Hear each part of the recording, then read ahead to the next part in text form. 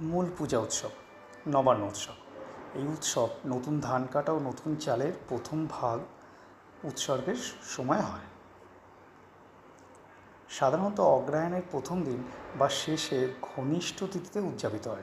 ধান এবং কৃষিকাজের সফল ফলনের প্রতি কৃতজ্ঞতা ও নতুন অন্নে দেবী দেবতাদের আরাধনায়। কেন পালিত হয়?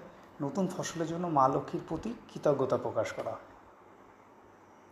কৃষকরা বিশ্বাস করেন নতুন অন্ন প্রথমে দেবতাকে নিবেদন করলে ফসল ও ঘরে সুখ সমৃদ্ধি আসে।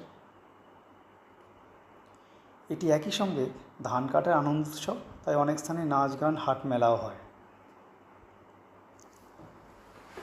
নবান্নে যে পুজো করা হয় মূলত লক্ষ্মী পুজো হয়, বিশেষত গৃহস্থের বাড়িতে এবং গোয়ালঘরে হয়।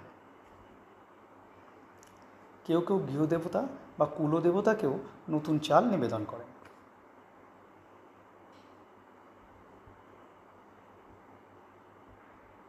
পূজার সামগ্রী অর্থাৎ পুজোয় কী কী জিনিসের প্রয়োজন হয়।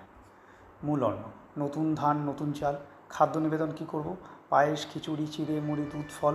পূজার উপকরণে ধূপ, দ্বীপ, ফুল, চন্দন, বেলপাতা, দই, জল। দেবীর সাজ কী? পদ্ম ফুল বা গাঁদা ফুল, আলপনা, কলাপাতা। কলসিতে জল, আম পাতা, নারকেল, কুমড়ো ইত্যাদি লাগে। উদযাপন গৃহে বা মন্দিরে লক্ষ্মী পূজার শেষে নতুন চালের ভাত রান্না করা হয়। সেই ভাত পায়েস দেবদেবীকে নিবেদন করে পরিবারের সবাই ভাগ করে খান।